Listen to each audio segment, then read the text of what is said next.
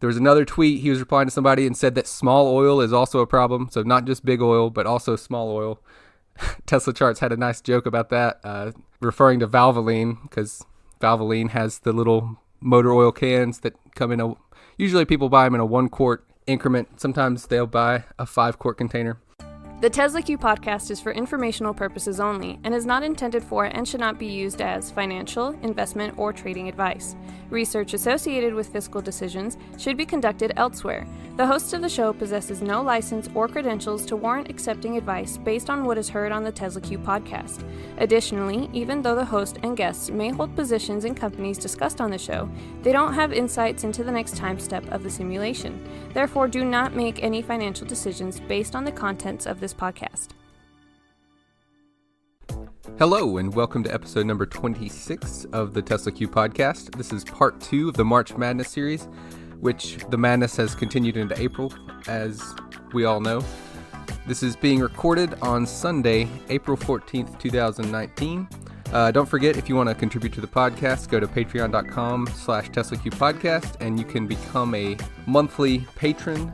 There's a bunch of different levels that you can donate at. I'm going to have a little bit of premium content. Even the $1 per month level will have access to most premium content. I may eventually have some more upscale content available for some of the higher levels.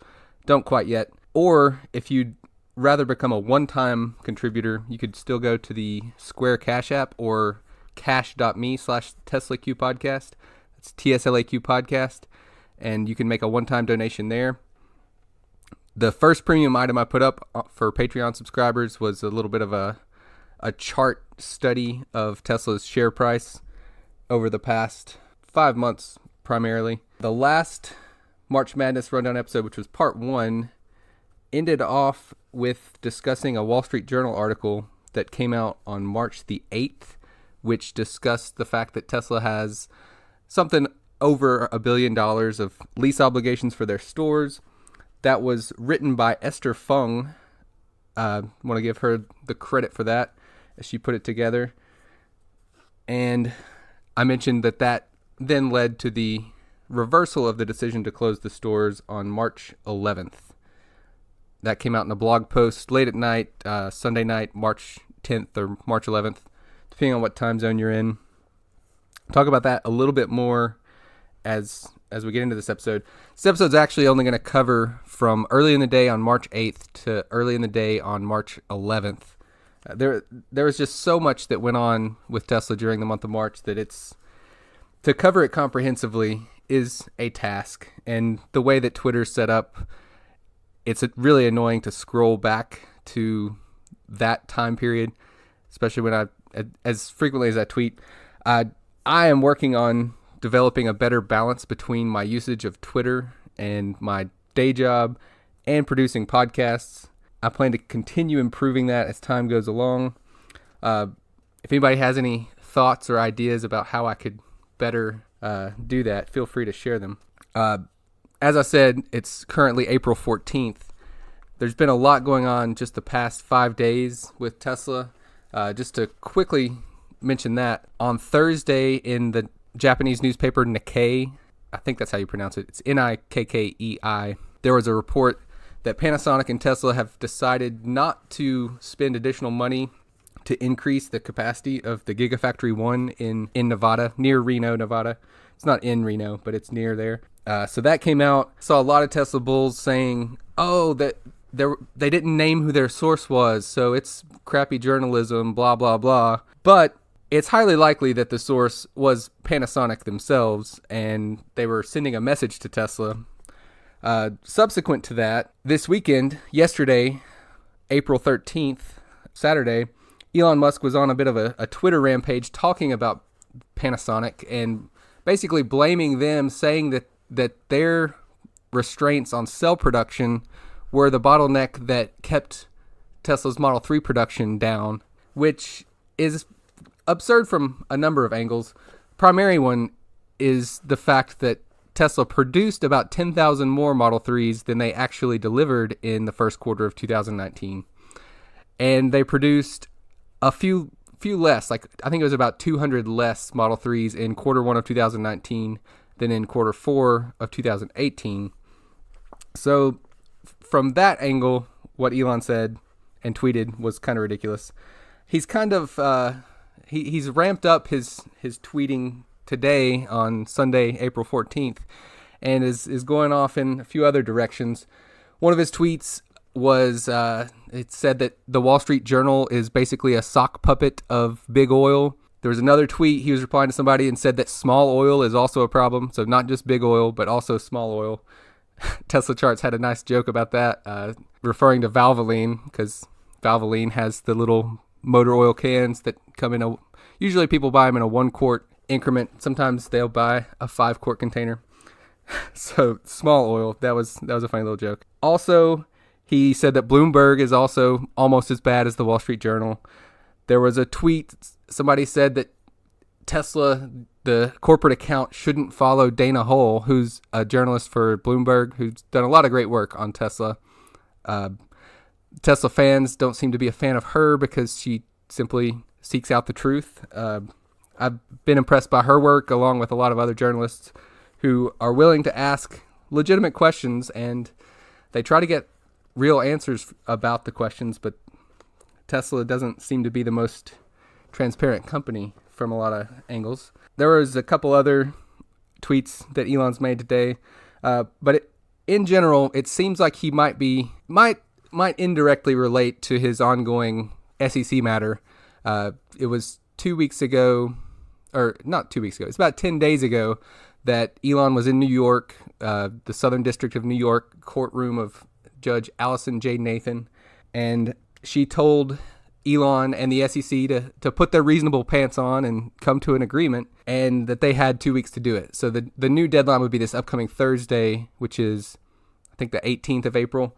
So perhaps Elon's Twitter tirades this weekend are related to the negotiations going on in regards to that ongoing legal matter, or perhaps they're directly related to Panasonic's public indirect warning shot that they gave to Tesla. Another possibility is that some other suppliers other than Panasonic saw that message that was sent by Panasonic and maybe are getting a little antsy about being paid as well. So Tesla's probably in a cash crunch. They've got the SEC matter with Elon Musk. He's tweeting up a storm this weekend.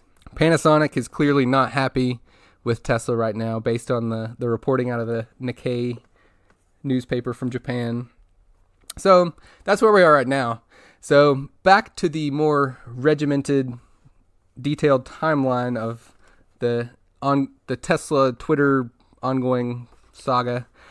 Going back to March 8th, there was a Business Insider article that day that described Tesla stores as a morgue. Now remember, March 8th was before the reversal of the decision to close the stores, which came on February 28th. It was before the March 11th reversal of that decision. So this was an article in Business Insider where they interviewed Tesla delivery center employees and stuff, and somebody that worked there described it as a morgue, which is obviously not a very happy work environment, I wouldn't imagine.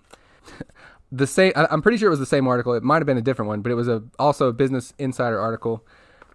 Mentioned that in the fourth quarter of 2018, Tesla had encouraged their employees to use PTO that they hadn't used to actually take time off work, to cash that in and put it towards buying a Tesla. I don't know how often that perk got used in quarter 4 and how much it contributed to Tesla's financials that quarter, but that's just a bit of an odd business practice that I doubt Ford and GM have. They might have a similar type program, but I would imagine that they probably don't encourage it to the level that Tesla did. March 9th was a Saturday. I wasn't on Twitter as much that day as other days, so I don't have really anything of major note from that day. On Sunday, March the 10th, though, Antonio Gracias was in Southern California I'm not sure how much of that weekend he was there, but he was there until about 1:10 p.m. Pacific time that Sunday afternoon, March 10th. So presumably he was meeting with Elon Musk. Presumably they discussed the store closure thing and maybe the Wall Street Journal article directly. And apparently the decision that came out of that meeting was to reverse the store closure decision and to keep some or most or some of the stores open. Additionally, Antonio Gracias had a sale of some options that was upcoming that following week. EV Defender's been doing a great job of tracking the insider sales that have been occurring. Brad Buss, JB Straubel, and Antonio Gracias, the three of them are the ones that are getting the big bucks out of these option sales. I think as of this past week's sales by Antonio Gracias, I think the confirmed profits from those option sales is about $60 plus million. Those 10b5-1 plans were all set up in early November after Tesla's third quarter 10Q came out that disclosed the DOJ investigations that were ongoing. So those three guys are getting like $4 to $5 million each month by selling these options. Some of the options being sold expire in June of 2019, but it's notable that JB Straubel's actually don't expire until 2021 and 2022. So JB Straubel, co-founder of Tesla, current chief technology officer of Tesla, is selling his options that have 2+ more years of potential for the shares to appreciate, like Tesla's cars supposedly will appreciate. Oh yeah, Friday. I missed this earlier in the intro, but on Friday, Elon was on a podcast with Lex Friedman, who's an autonomous vehicle researcher, somehow affiliated with MIT. I don't think he's a direct professor or anything like that, but he's somehow affiliated. I don't know much about him. I haven't delved too deeply into it, but he had a podcast interview with Elon Musk. During that interview, Elon Musk said, I think one of the most profound things is that if you're buying a Tesla, you're not buying a depreciating asset, but you're buying an appreciating asset. And I butchered that, and my attempt at imitating his fake accent or his inconsistent accent was poor. But that was on Friday. So there are many jokes that have been on Twitter, will continue to be on Twitter. Bagholder Quotes, I'm sure, is working on some good memes talking about appreciating assets. So it's absurd to consider a vehicle to be an appreciating asset on a number of levels. I tweeted about those already, and I'll probably talk about them more in some future podcast episodes, but getting off track from my timeline here. So Antonio Gracias, JB Straubel, and Brad Buss selling a bunch of options, cashing out. It's been mentioned or implied by EV Defender. I don't know if anybody else has picked up on it other than me, and he did confirm it yesterday. I'm assuming it's a he. It could be a she. I don't know. But apparently EV Defender, for whatever reason, thinks that there may be 3 traders within Elon's inner circle, and those 3 are Antonio Gracias, Sam Teller, Elon's chief of staff, and JB Straubel, the chief technology officer, who's making bank with his option sales in the past few months. And apparently he's been hiding from Elon. I'm not sure where that rumor came from, but that's something I've seen mentioned on Tesla Q Twitter, that JB Straubel apparently hides from Elon Musk whenever Elon's around the Fremont factory or wherever they might cross paths. So if anybody has some information about that and wants to send me a direct message or just a tweet that's out in the open, either way sounds good to me, because I'm curious to know more about that. Back to the timeline. Sunday, March 10th, Trip Chowdhry, who's been a big Tesla bull over the past few years. He was actually one of the 2 bulls in a debate. There was a debate on at the Robinhood Investors Conference about Tesla. It had 2 bears and 2 bulls. The 2 bears were Montana Skeptic, who has been featured as a guest on this show, and Gordon Johnson, who could be featured in a future episode if he would like to join. And the 2 bulls were Kathy Wood, who's infamous for her $4,000 Tesla price target, and Trip Chowdhry, who has been on CNBC a number of times talking about how great Tesla is. But he had an updated note out about Q1 of 2019 on Sunday the 10th of September, and that note included an estimate of 30,000 Model 3 deliveries for Q1 and 18,000 Model S and Model X deliveries for quarter one. Turns out that his Model 3 number was actually far lower than what Tesla ended up reporting. They ended up reporting 60,000, or not. They ended up reporting 50,900 Model 3 deliveries in quarter one and 12,100 Model S and Model X deliveries in quarter one. So he was about 20,000 low on his Model 3 estimate and about 6,000 high on his Model S and X estimate. So based on just some really rough math with some estimated sales prices and the delivery numbers for quarter one, what I am seeing is that automotive revenue is going to be down about $2 billion for quarter one compared to quarter four. In quarter four, they had over 90,000 total vehicle deliveries. That was about 24,000 Model S and Model X's, I think, and about 63,000 Model 3s. So it actually might have been closer to 28,000 Model S and X. But regardless, the change in the total number of deliveries and a reasonable estimate of the average sales price, their automotive revenue is probably going to go down from about I think it was around $6.5 billion for quarter four 2018, and it'll probably be down to about the low $4 billion range for quarter one of 2019. So those numbers are actually coming out on Wednesday, April 24th. Tesla has confirmed that date for their earnings announcement, which is 2 days after their autonomous vehicle day, which I'll talk about more in the future. On Monday, March 11th, there was the Tesla blog post that mentioned the reversal of their decision to close their stores and move all sales to online. And in conjunction with that decision, they announced that they would be raising prices 3%. So February 28th, when they announced they were closing the stores, they said that was necessary to be able to sell the $35,000 Model 3 and to have a 6% price drop for all their vehicles. So when they decided to keep the stores open, they decided, we'll raise the prices 3% again. So along with that, they kind of started pushing, you better hurry up and buy before the price goes back up, which that very same trick was used just yesterday on April 13th by Elon Musk on Twitter, where he mentioned that the autonomous capabilities of Teslas would be going up in price after May 1st. So similar to that March threat to raise prices, he's threatened to raise the price of Tesla's autonomous vehicle capability. I'm sure he'll talk much more about that on April 22nd, assuming he's still around as the CEO of Tesla for Autonomous Investors Day. But that little tactic of threatened future price raises is being reused yet again. There was a tweet also on that Monday morning from Charlie Grant where he mentioned that it was less than 72 hours after Esther Fung's piece was in the Wall Street Journal that Tesla reversed the decision about their store closures.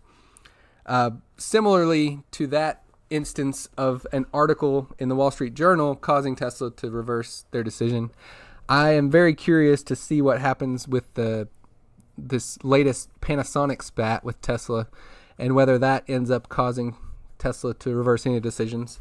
Another few things that happened just recently. That's the end of my timeline. The way that I've been doing it is scrolling back to my old tweets and just making notes, going back in time just to see what happened and to tie some things back together.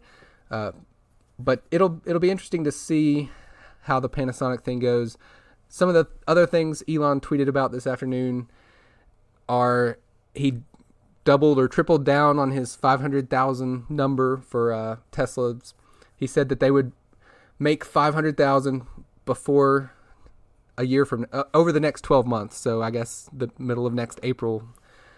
He said that they will do it. So his language, he was trying to portray that he was extremely confident about that.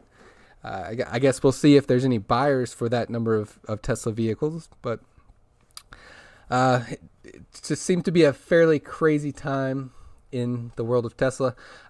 One thing that I've tweeted about a couple times this weekend is that the PAVE campaign very much needs to be on their game over these next 8 or 9 days.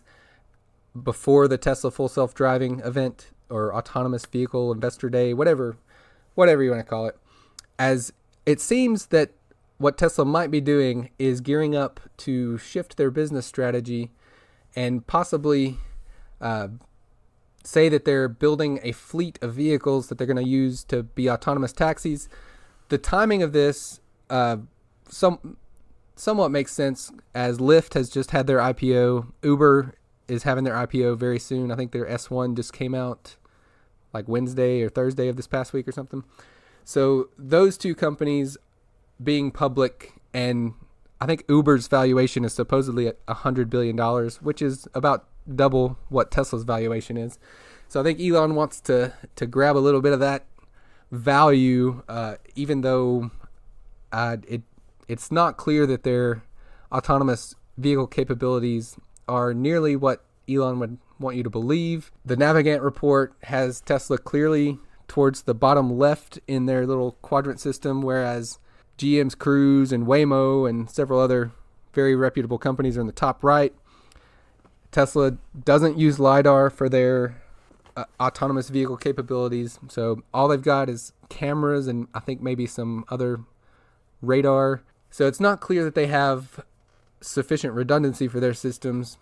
I'm not an expert in this matter by any means, but it seems that Tesla may be gearing up for possibly a capital raise in conjunction with shifting to building an autonomous fleet. I should mention that last Thursday they did announce that they're killing off the standard range Model 3. They didn't say it in those words, and supposedly you can still get it if you go through the trouble of going to a store, assuming they're not yet closed. And if you are able to withstand the sales pitch to try to get you to upgrade to the SR Plus, which is actually in some cases just a mid-range that's been software limited to have less range. But in conjunction with that announcement on Thursday, which came in a blog post, they also announced that leasing Model 3s is now going to be available. But a key part of that was that they said that there would not be the option to purchase the vehicle at the end of the lease. Whether that's just to dissuade people from actually leasing Model 3s, or if it's solely just a preemptive matter for the messaging associated with this autonomous investor day, and possibly with an attempted capital raise after the autonomous investors day, I don't know, but that's kind of the theory, the working theory in the land of Tesla Q Twitter. But so this has been part 2 of March Madness, with a lot of items from April mixed in. Based on the rate that things are going, it's going to be at least 2 more episodes of March Madness, maybe 3 before I fully get through the whole month.